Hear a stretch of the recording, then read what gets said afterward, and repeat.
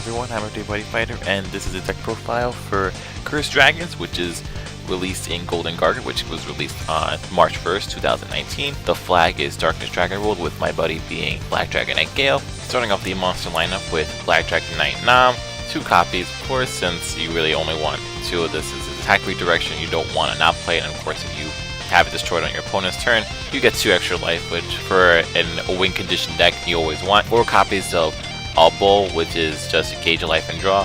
Getting the 1 card on the flag is very easy. You can provide this with Curse Fields, so of course you want to play this at 4 since it helps to maximize consistency.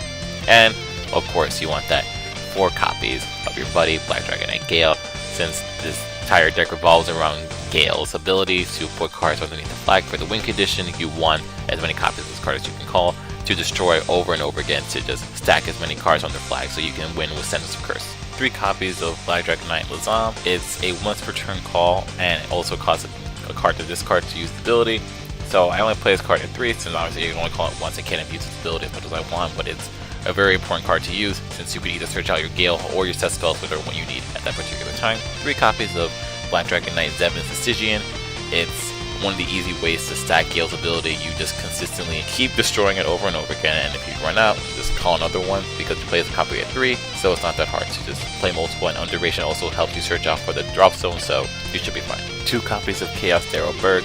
It's just, you check your top 3, get 1 useful no Darkness Dragon World decks. 1 copy of Overturn Abigail, since you want to skip your opponent's turn so that you can pretty much keep going off your win condition without your opponent just completely destroying you with high amounts of damage. Also, since your opponent's turn does technically start, Sentence of Curse will go off, enabling you to put another card under flag while your opponent can't do anything, so you get to go again, and the attacking negate, the attack prevention doesn't really matter to you, since you're not really going to attack with this deck anyway, so it's all fine. And of course, 4 copies of the item is super great to have. Pretty much replaces itself, and it gives cards all the types of immunity that you want, which makes that you can really just play without any restrictions. Starting the spell lineup with 4 copies of Sentence of Curse.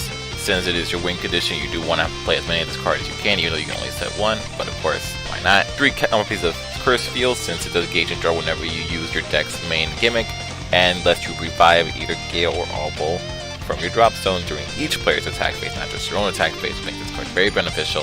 And since the flag ability also works once per turn, you can use Geil's ability on your opponent's turn or your turn and still gauge and draw, or Sentence of Curse, which is more likely. 3 copies of Underration.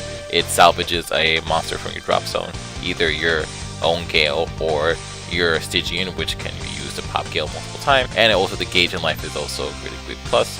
4 copies of Courage Ritual. It is your main draw edge of the deck.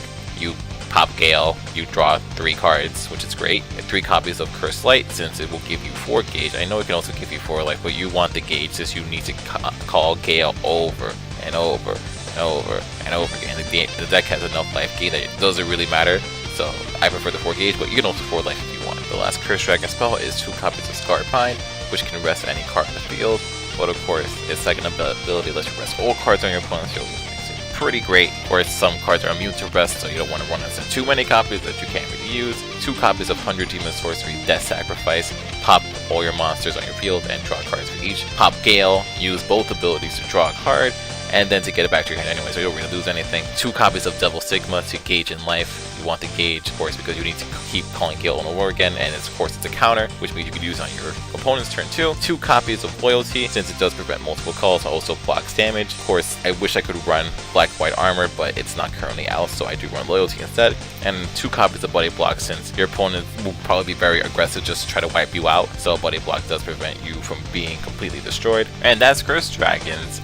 Basically, you just want to get out the win condition as fast as you can and make sure your opponent doesn't kill you. Sounds reasonable, right? So that's really it. I'm Buddyfight, and next time I will do the Darkness Dragon World deck from Violence Vanity, the Dark Venom Dragons, and I'll see you later.